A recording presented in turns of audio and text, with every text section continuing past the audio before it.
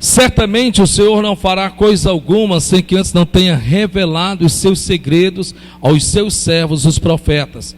Que em nome de Jesus esta peregrinação de hoje venha alcançar áreas da sua vida em nome de Jesus. Vamos aplaudir o Senhor bem forte. Dá um glória a Deus aí, irmãos. Amém? Quem tem fome da palavra de Deus em nome de Jesus? Quem tem fome da palavra de Deus? Quem na verdade diz assim: pastor, eu não tenho fome da palavra. Olha, eu tenho muito mais do que isso. Eu preciso da palavra, eu tenho fome da palavra. Eu amo a palavra de Deus. Eu amo adquirir conhecimento. Quem aqui dá um glória a Deus bem alto? Diga: Senhor, estamos em tua presença. Fala comigo em nome de Jesus. Amém. Peregrinação, sábado 11/1. Vamos fazermos como fez Isaac, que peregrinou naquela terra, que representa as promessas de Deus para nós nos dias de hoje. Não só territorial, mas as promessas de Deus. Está escrito em Provérbios capítulo 10, versículo 22, que diz assim: a bênção do Senhor enriquece e não acrescenta dores. Dá para você repetir comigo? A bênção do Senhor enriquece e não acrescenta dores. Dá mais uma vez para você repetir, por favor. A bênção do Senhor enriquece e não acrescenta dores. Veja que é interessante nós entendermos que as bênçãos do Senhor, o que ela faz? E não, o mau uso da bênção é que nos traz sofrimento, e não a bênção em si. O mau uso da bênção é que nos traz sofrimento, e não a bênção em si. Você ora a Deus quando está desempregado. Você vem para a igreja quase que diuturnamente. Você vem de manhã, vem de tarde, vem de noite. Você conta os dias para chegar ao culto de quarta, conta os dias para chegar ao culto de sexta, conta os dias para chegar ao culto de domingo. Você está desempregado. Você se põe diante de Deus e diz: Deus, me abre uma porta de emprego. Você está precisando de uma bênção, que é que Deus abra uma porta de emprego, que Deus fale com você e vai falar muito forte nessa peregrinação em nome de Jesus, para que você acorde e desperte. Se é que você quer ganhar além do que Deus já tem lhe dado, se é que você quer que Deus possa confiar além do que já tem lhe confiado, porque até nas bênçãos que o Senhor nos dá, nós somos, por Deus, observados. Então preste bem atenção nisso daqui em nome de Jesus. Você vem quase que diuturnamente para a igreja. Você está precisando de uma bênção. Você está precisando de um milagre. Você está precisando de um socorro. Seja em que área que for. Você está enfermo, você está doente, bateu a porta dos médicos, fez todo tipo de exame, já está gastando quase tudo que tem, já negociou, fez tudo. A coisa não vira, a coisa não dá certo. Até que de repente você ouça falar do Senhor Jesus. Você vem para a igreja. E aí você então entende que verdadeiramente Deus é galardoador daqueles que lhe buscam e nos dará além daquilo que lhe pedimos. Então você vê em Deus a sua esperança. E você vem para a igreja. E você ora. E você jejua. E você faz tudo como manda o figurino. E Deus então agora lhe abençoa. Deus lhe recompensa. Deus abre a porta. Deus alarga a fronteira. Deus amplia o território. Você está empregado, muito bem, obrigado. E aí o que é que você faz? Você começa a se sentir cansado.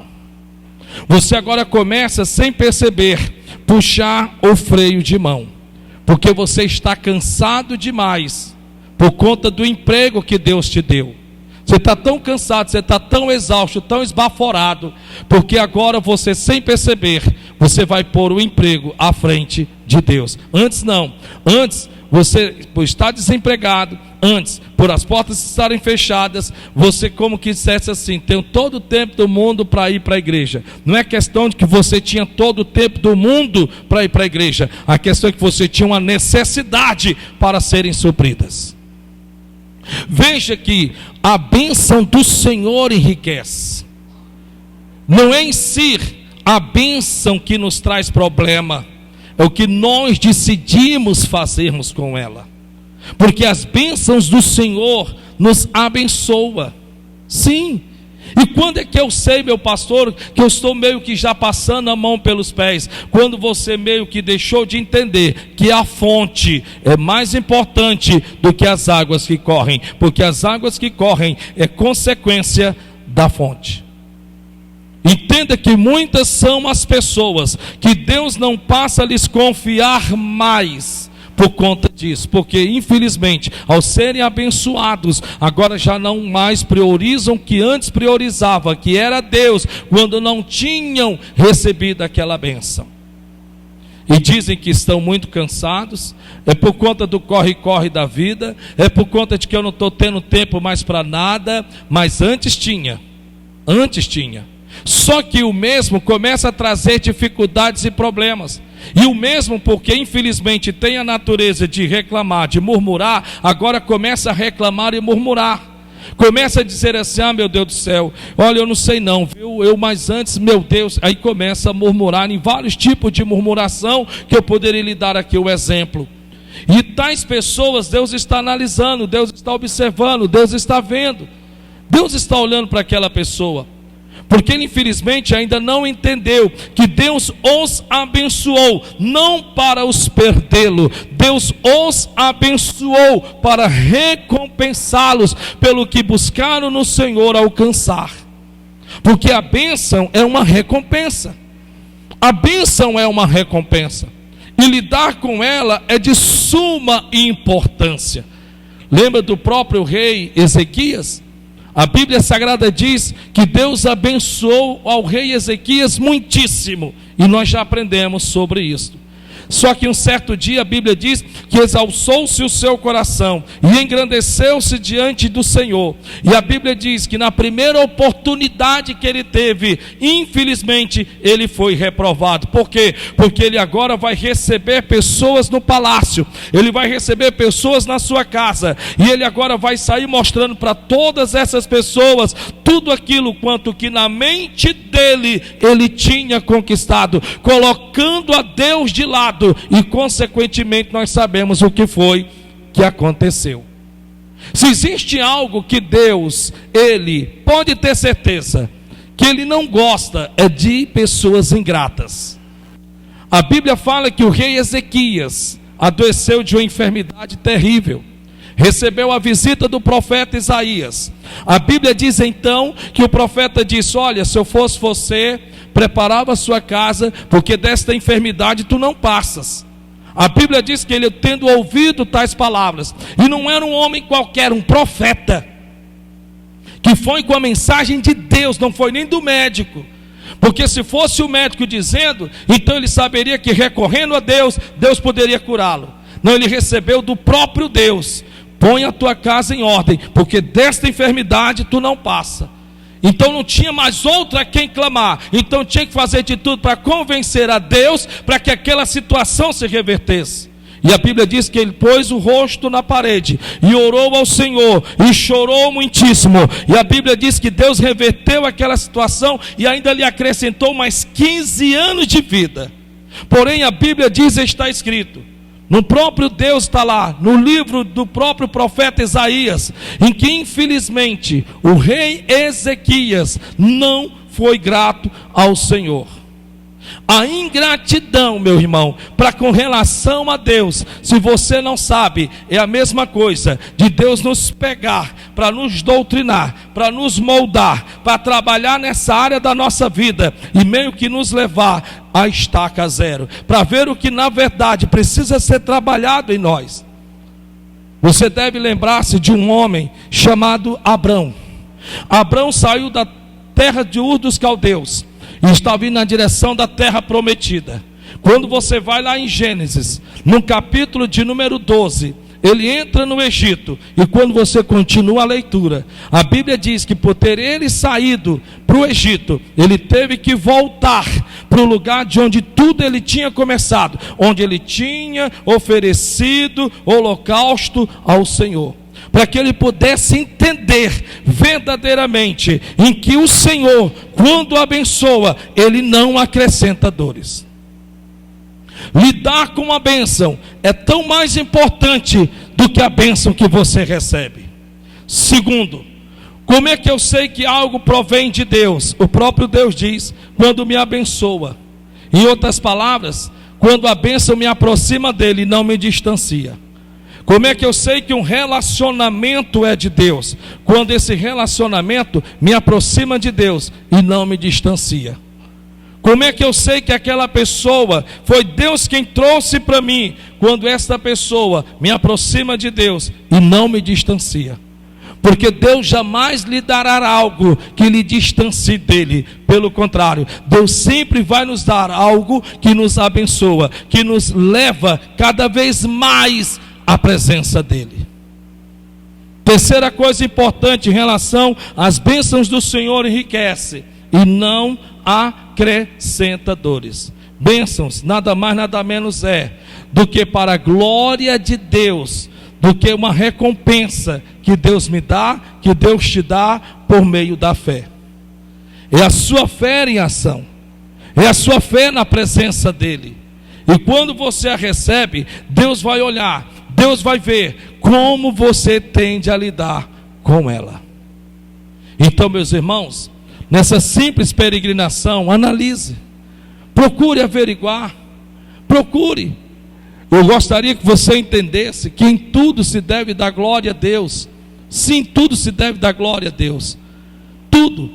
Até no comprar, do fazer, do mercantil, do entrar no carro, do subir na bicicleta, do que seja em que área que for. Quando você reconhece que é Deus, Deus não só vai lhe dar o que você já tem, como Ele vai poder confiar muito mais além do que o que você já tem. Então a Bíblia diz que as bênçãos do Senhor enriquecem. E o que é que ela não faz?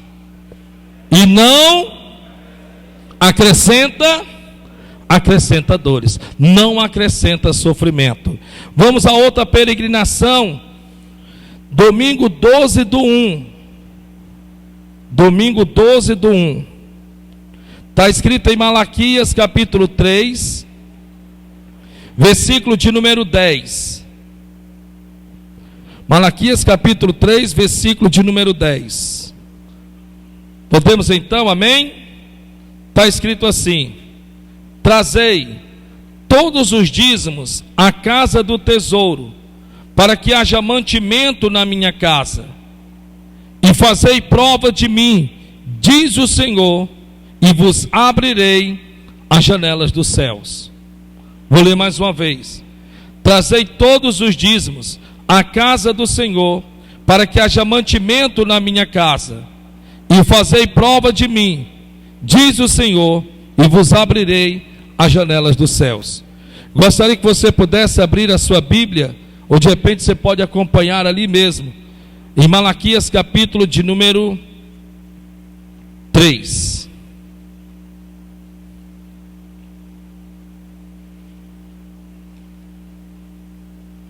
Malaquias capítulo de número 3. Ou você pode também acompanhar através do telão. Malaquias capítulo de número 3.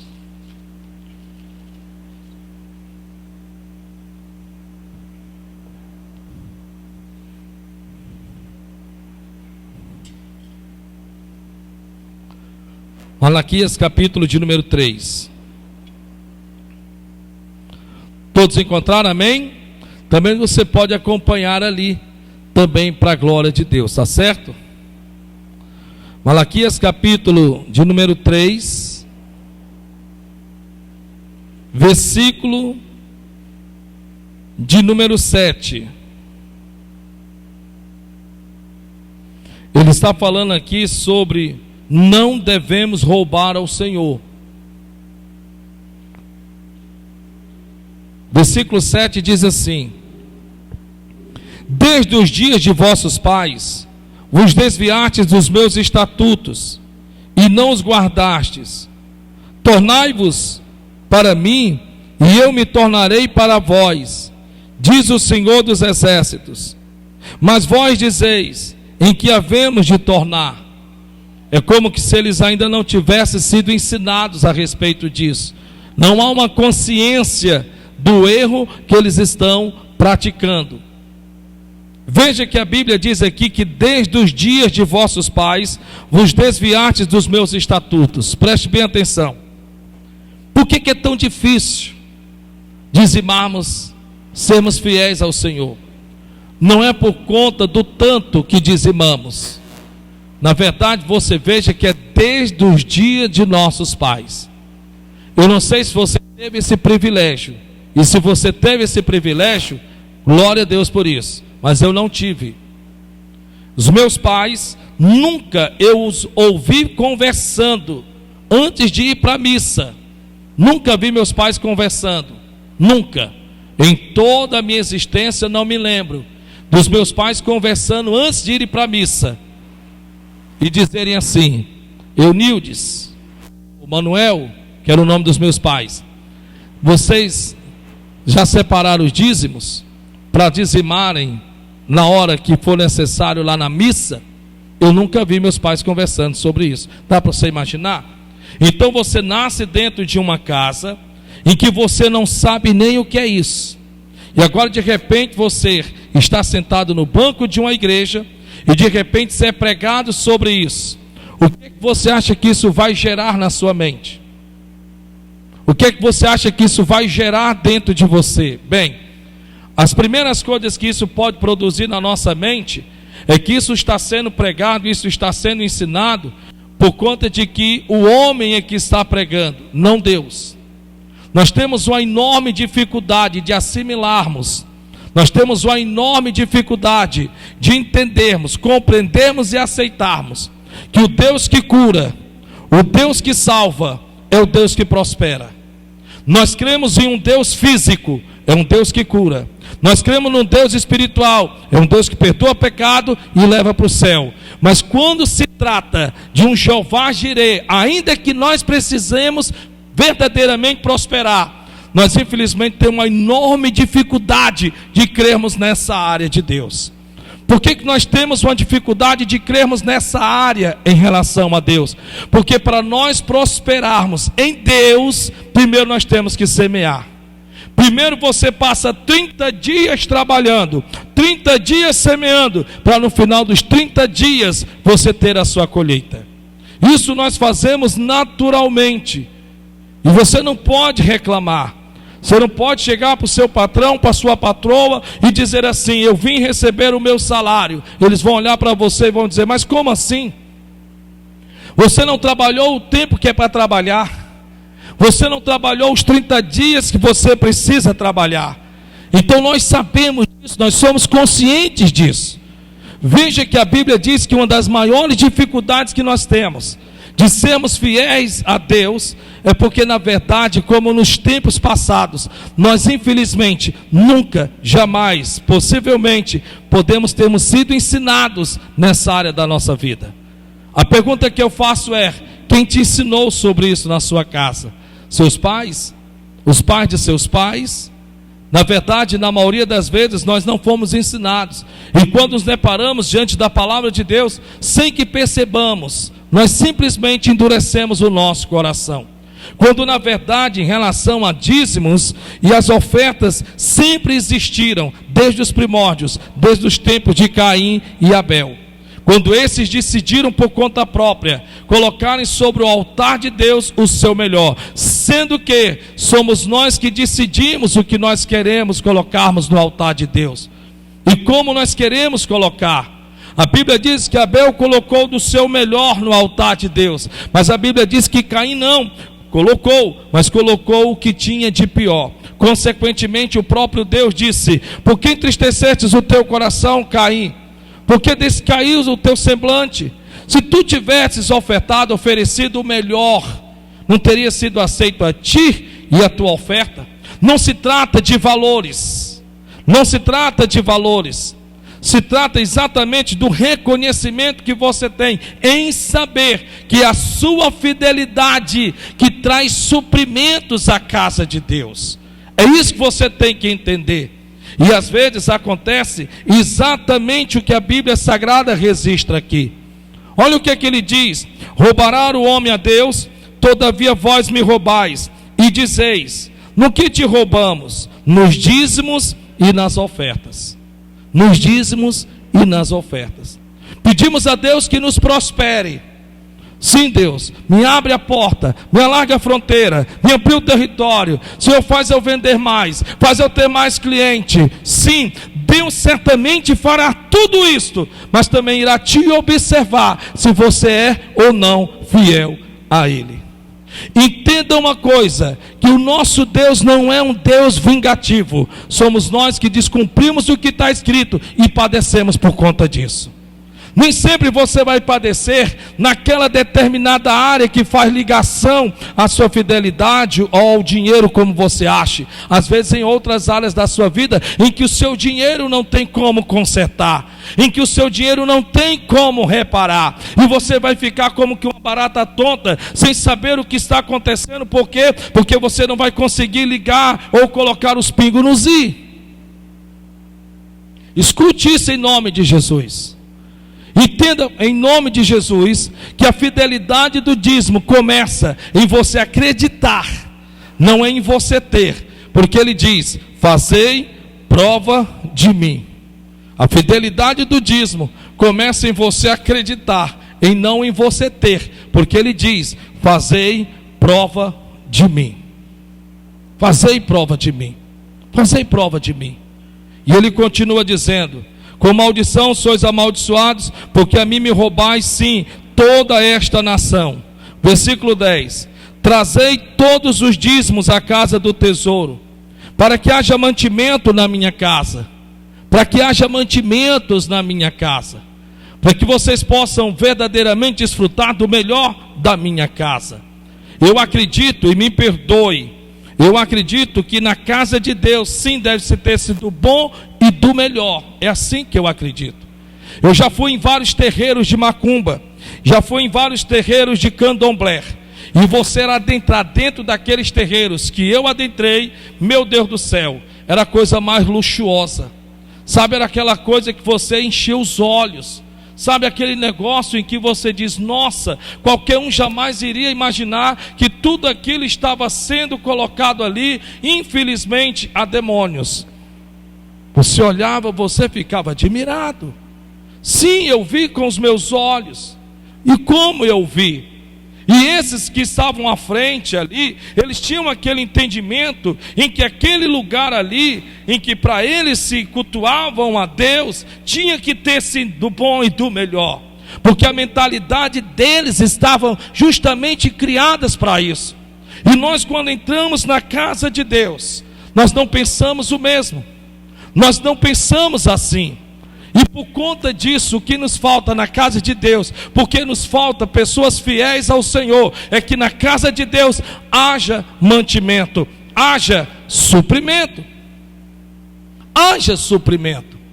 É interessante que, na maioria das vezes, sem nós percebermos, nós agimos exatamente assim. Para que haja mantimento em minha casa, e depois fazei prova de mim nisto, diz o Senhor dos Exércitos: se eu não vos abrir a janela dos céus, e não derramar sobre vós uma bênção tal, até que não haja lugar suficiente para recolherdes.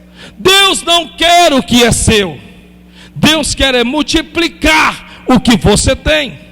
A terra é fiel, ela só não irá dar aquilo que ela não receber. Deus não quer o que é meu, Deus não quer o que é teu. Deus não precisa de um centavo. Pelo contrário, o que Deus espera é que você seja fiel a Ele, para que Ele te possa retribuir. Veja que a palavra dele aqui não é uma palavra de dizer eu quero, me ter, é meu. Não, nada disso. Até porque então você pode fazer como Ananias e Safira, não tem problema. Você pode se combinar com a sua esposa, dizimar uma parte de uma coisa e não dizimar de outras, e esconder as outras demais, e você então massagear o seu coração naquele pensamento de que já estou fazendo a minha parte. Deus Deus conhece todas as coisas, Deus vê todas as coisas. Ananias e Safira não padeceu, um casal não padeceu porque não levou ao altar, padeceram porque se combinaram de levar o que eles acreditavam que era para levar ao altar. Então de repente você pode fazer assim. Não se trata de dinheiro, não se trata disso. Se você analisar, talvez você seja essa pessoa em que você dizima de uma coisa, mas a outra, no montante, você não faz isso, porque você esconde de Deus. Não, você não está escondendo de Deus, você está escondendo do anjo da igreja, você está escondendo do altar, mas de Deus não está escondendo. Por gentileza, em nome de Jesus, Levíticos 27, coloca aí Levíticos, capítulo 27, vamos terminar aqui. Levíticos 27.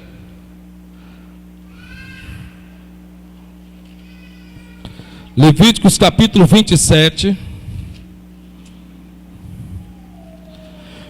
versículo de número 32.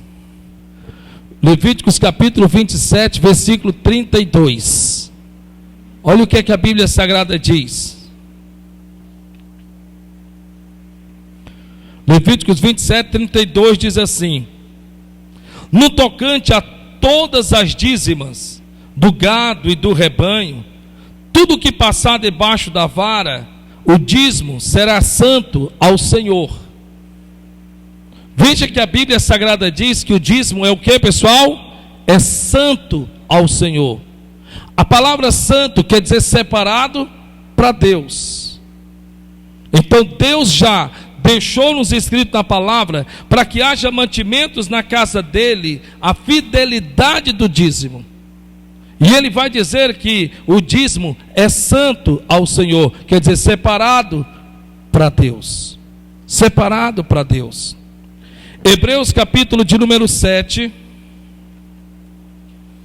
Hebreus capítulo de número 7, Novo Testamento. Hebreus capítulo de número 7.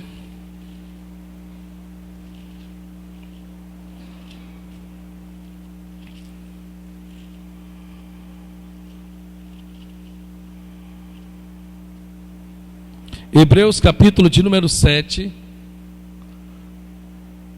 versículo de número 4. Olha o que é que a Bíblia Sagrada diz, você pode acompanhar também pelo telão. Hebreus capítulo 7, versículo 4.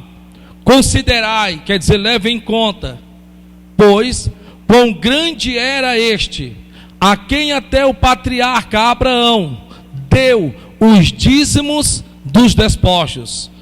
Todos nós sabemos da história. Abraão, ele foi à guerra, foi à batalha, chegando lá venceu a guerra, venceu a batalha, porque o Senhor lhe deu vitória. Ele está voltando feliz da vida, contente, alegre, sorridente. Quem não conhece essa história? A Bíblia diz que ele se encontra com Elimeleque, rei de Salém, Melquisedeque, rei de Salém, e a Bíblia diz que então ali ele lhe dá o dízimo de tudo. Mas preste atenção, antes dele fazer isto, nós vamos terminar. Antes dele fazer isto, é importante levar em conta a saudação de Melquisedeque a Abrão. Ele ainda não era Abraão, era Abrão. E de onde ele estava vindo? Estava vindo justamente de uma batalha em que ele foi trazer de volta, buscar o seu sobrinho Ló, que tinha sido levado prisioneiro e cativo. E ele está vindo com os despojos de guerra, está vindo com tudo, feliz da vida, contente, alegre. Venceu a batalha com 318 e venceu a 5 reis com 318 soldados. Dá para imaginar a moral? Dá para você imaginar a altivez de espírito? E aí a Bíblia diz que Melquisedeque faz 3 saudação a Abrão, que abriu dos seus olhos.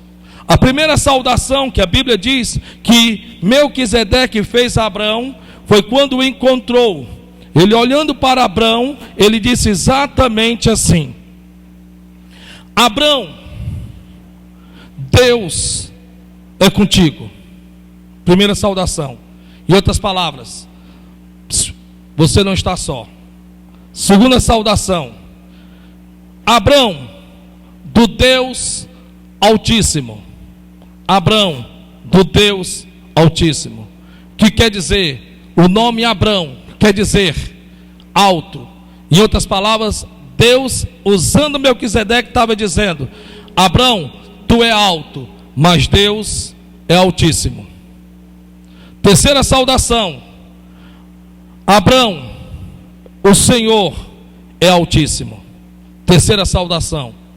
O que significa? Abrão, tu sem Deus não é ninguém, mas Deus sem ti continua sendo Deus. Essas foram 3 saudações que Melquisedeque deu a Abrão. Abrão, então, voluntariamente, porque não é um ato de obrigação, é de coração, dizimou ao Senhor.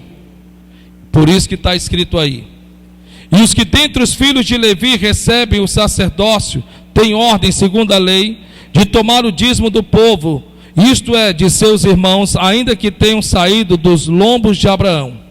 Mas aquele cuja genealogia não é contada entre eles, tomou o dízimo de Abraão e abençoou o que tinha as promessas. Ora, sem contradição alguma, o menor é abençoado pelo maior. E aqui certamente tomam dízimo os homens que morrem, ali porém aquele de quem se testifica que vive, e diga glória a Deus por isso. E, por assim dizer, por meio de Abraão, até Levi, que recebe dízimos, pagou dízimos. Em outras palavras, dízimo dos dízimos, só quem pode fazer isso, no caso é o pastor. Para terminarmos aqui, eu quero lhe dizer uma coisa muito importante, em nome de Jesus. O que Deus está falando no livro de Hebreus, está escrito: certamente, sem contradição alguma, não é o menor que abençoa o maior, é o maior que abençoa o menor. Quando nós entendemos que por mais que você seja fiel ao Senhor, na sua fidelidade dos dízimos, você ainda é menor, e Deus é maior para te abençoar. E Deus é maior para te recompensar. E Deus é maior para te alargar a fronteira. E Deus é maior para ampliar teus territórios. E Deus é maior para te beneficiar. Porque sem contradição alguma, jamais o menor pode abençoar o maior. É isso que você tem que entender. Deus não quer o seu dinheiro. Como ele falou para Ananias e Safira: fica-te para ti, porque estando em tuas mãos está em teu poder. Mas porque formastes este desígnio no teu coração e mentirtes ao Espírito Santo. Em outras palavras, o que Deus está dizendo: Ele não tem a extorquir, Ele não tem a tomar, Ele não tem a pegar, Ele tem a pedir, para que haja mantimentos na minha casa. Para que haja mantimentos na minha casa. Então seja fiel ao Senhor de todo o seu coração. Amém? Vamos aplaudir o Senhor bem forte então. Que Deus abençoe a sua vida em nome de Jesus. Olha, você que